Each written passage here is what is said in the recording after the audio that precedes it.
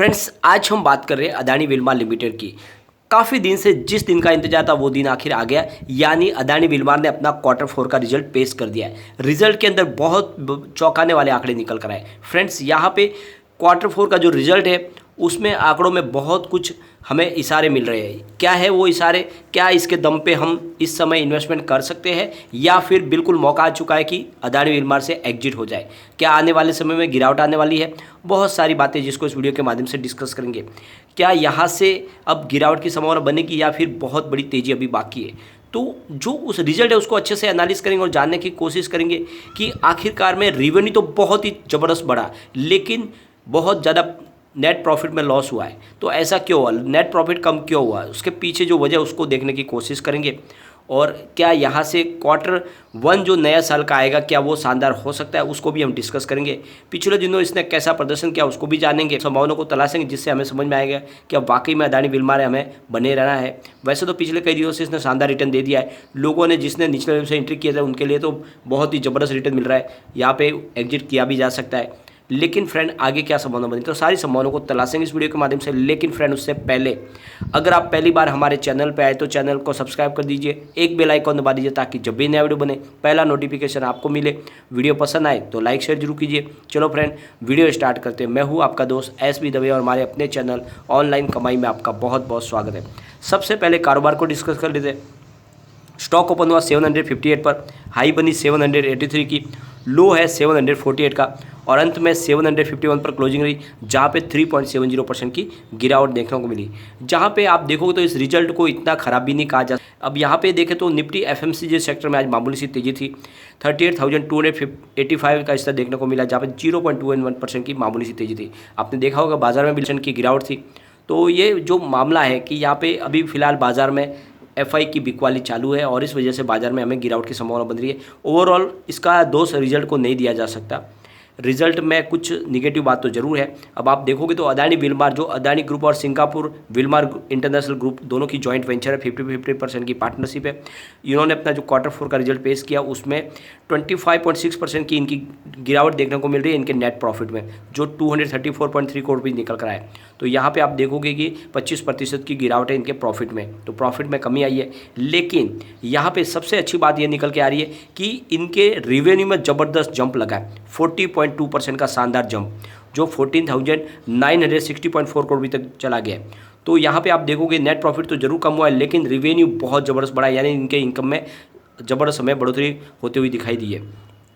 अब जो सबसे बड़ी बात यह है कि इनके नेट प्रॉफिट में कमी क्यों आई, तो इसके पीछे सबसे बड़ी वजह है सनफ्लावर ऑयल। जो इन्होंने सनफ्लावर ऑयल खरीदा उसकी कॉस्ट बहुत ज़्यादा थी। यूक्रेन रशिया का युद्ध, और आपको पता ही है पहले से कभी से शुरू हो चुका है, उसका इफेक्ट इस रिजल्ट में देखने को मिल रहा है। इन्होंने जो खरीदा वो परचेज़ किया, वो इनका जो सनफ्लावर ऑयल था वो महंगा था और इस वजह से उस प्राइस बढ़ने की वजह से यहाँ पर इनके प्रॉफिट में कमी आई है। साथ में जो टैक्स लगे उस टैक्स में भी इनके काफ़ी ज़्यादा बढ़ोतरी हुई है। जो टैक्स का एक्सपेंसेज है वो बढ़ा है और इन सब रीजन की वजह से इनके प्रॉफिट में कमी आई है। ओवरऑल इनका बिजनेस तो बढ़ा ही है, बिजनेस तो कम नहीं हुआ, क्योंकि आपने देखा होगा कि इनका रेवेन्यू लगातार बढ़ रहा है। इसका मतलब ये हुआ कि कारोबार तो बढ़ रहा है, लेकिन जो इनपुट कॉस्ट है वो बढ़ गई और इस वजह से यहाँ पे आपको प्रॉफिट में कमी होती हुई दिखाई दी। कंपनी ने अपने प्रॉफिट बताया, ये नहीं है कि लॉस में कंपनी प्रॉफिट में है, लेकिन प्रॉफिट में जरूर कमी आई है 25% की। लेकिन ये भी आपको देखना है कि सामने 40% का जबरदस्त जंप लगा इनके रेवेन्यू में। फ्रेंड्स, यहाँ पे सबसे बड़ी बात निकल के आ रही है, इनका जो एक्सपेंसेज है उसमें 79.1 करोड़ रुपीज़ का टोटल खर्च निकल के आ रहा है। बहुत बड़ी ये रकम है। और यहाँ पे देखोगे तो इसमें टोटल जो इनका एक्सपेंस है उसमें 40% का जंप लगा है ईयर ऑन ईयर बेसिस पे देखो तो काफ़ी ज़्यादा इनके खर्च बढ़े। यानी जो टोटल इनका एक्सपेंस है वो है 14,726.7 करोड़ रुपीज़ का, जो काफ़ी बड़ी संख्या है।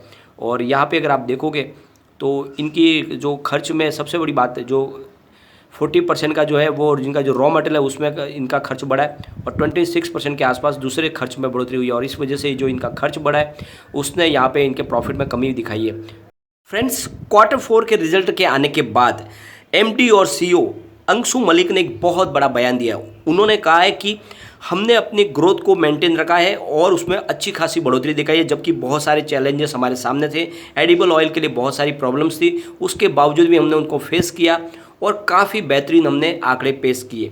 उनका कहना है कि जो हमारा ये इम्प्रूवमेंट आगे भी जारी रहेगा और मार्केट शेयर हमारा लगातार बढ़ेगा। एडिबल ऑयल में हम लगातार बहुत तेज़ी से ग्रो कर रहे हैं, बहुत मार्केट शेयर में हमारा कब्जा हो रहा है और फूड कैटेगरीज में भी हम आगे बढ़ रहे हैं। आने वाले समय में हमें और पॉजिटिव संभावना दिखाई दे रही है और हमारा कारोबार ऐसे ही बढ़ता रहेगा। तो कुल मिला के ये जो रिजल्ट आया है उससे वो उनको संतुष्टि है। भले ही प्रॉफिट में कुछ कमी आई, इसके पीछे तो वजह आपको पता ही है कि उनके इनपुट कॉस्ट में बढ़ोतरी हुई थी, उनके एक्सपेंसेस में बढ़ोतरी हुई, इस वजह से कुछ आंकड़े कमी आई है, लेकिन ओवरऑल रिजल्ट बेहतरीन है और एमडी की तरफ से कहा गया है कि इस रिजल्ट को हम वेलकम करते हैं। अब यहाँ पे सबसे बड़ी बात निकल के आ रही है कि इन्होंने जो पिछले दिनों अपना जो रिजल्ट दिया था कैसा था, तो 2018 में इनका 26.44 थाउजेंड रुपीज़ का इनका टोटल रेवेन्यू था और इनका प्रॉफिट हुआ था 0.37 करोड़ रुपीज़ का इनको प्रॉफिट मिला था। 2019 में 28.92 थाउजेंड रुपीज़ का इनको रेवेन्यू मिला और इनका प्रॉफिट हुआ 0.38 थाउजेंड रुपीज़ का। और 2020 में 29.77 थाउजेंड रुपीज़ का इनको रेवेन्यू मिला और इनका प्रॉफिट हुआ 0.46 थाउजेंड रुपीज़ का। 2021 में इनका प्रॉफिट बढ़कर 37.20 करोड़ रुपये तक पहुंच गया और इनका रेवेन्यू 0.73 थाउजेंड रुपीज़ तक पहुंच गया। तो आप देखोगे कि लगातार इनका रेवेन्यू तो बढ़ा था, प्रॉफिट भी बढ़ा। प्रॉफिट इस बार रुका है लेकिन रेवेन्यू में अच्छा खासा जंप लगा है।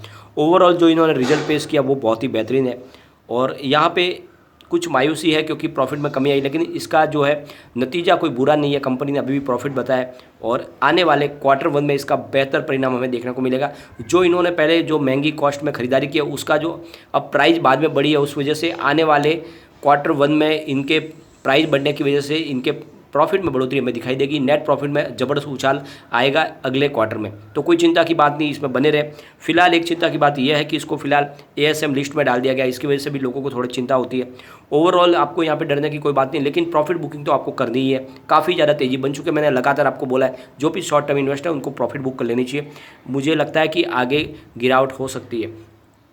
यहाँ पे वॉल्यूम में देखें तो आज कुछ कमी आई है। पिछले एक महीने पहले इसका 2 करोड़ रुपीज़ का वॉल्यूम था, 1 वीक पहले 3 करोड़ रुपीज़ का वॉल्यूम हुआ था, फ्राइडे को 4 करोड़ रुपीज़ का वॉल्यूम था, आज 1 करोड़ रुपीज़ का वॉल्यूम हुआ। ये जो वॉल्यूम कम हुआ इसका इशारा है कि काफ़ी लोगों ने आज अपनी बिकवाली नहीं की है। बाजार के माहौल को, रुख को देख के उन्होंने बाजार से दूर रहना ही अच्छा समझा। और ये आप समझ लो कि लोग अदानी विलमार से अपना माल बेचना पसंद नहीं कर रहे और इसीलिए आप समझ लो कि बड़ी गिरावट की यहाँ पे संभावना नहीं है, इसीलिए लोअर सर्किट भी नहीं लगा। पिछले जो अदानी पावर में भी लगातार कभी प्रॉफिट कभी लॉस का संभावना तो बनती रहती है, लेकिन अदानी पावर लगातार दौड़ता है, इसीलिए ये स्टॉक में आपको डरने की कोई बात नहीं है। यहाँ पे कम्युनिटी सेंटिमेंट भी स्टॉक के साथ बना हुआ है। 92% बाई की कॉल है, 6% सेल की कॉल है, 2% होल्ड की कॉल है। तो लोगों का रुझान स्टॉक की तरफ बना हुआ है, कोई चिंता की बात नहीं। 100 में से 94% लोग इसको लेना पसंद करें। एक बार इसके पिवट लेवल को भी चेक करे थे, तो यहाँ से अगर स्टॉक गिरता है तो 748 का फर्स्ट सपोर्ट है, ये सपोर्ट टूटा तो 716 तक स्टॉक जा सकता है। तीसरा सपोर्ट 693 का निकल के आ रहा है। अब ऊपर की तरफ मूव करे तो 823 का फर्स्ट रेजिस्टेंस है, इसको ब्रेक कर लिया तो 866 तक स्टॉक जा सकता है और इससे आगे स्टॉक दौड़ेगा फिर 898 तक जा सकता है, यानी 900 तक भी जा सकता है। तो बिल्कुल बुलिश जोन बना हुआ है, कोई चिंता की बात नहीं, इसमें निवेश बनाए रखें। लेकिन फ्रेंड, कोई भी इन्वेस्टमेंट करने से पहले अपने फाइनेंशियल एडवाइजर से एक बार भी ले ले या अपना खुद का रिसर्च करें, क्योंकि मैंने वीडियो आपके एजुकेशनल पर्पज़ के लिए ही बनाया। वीडियो पसंद आए तो लाइक शेयर जरूर कीजिए और चैनल को सब्सक्राइब कर दीजिए।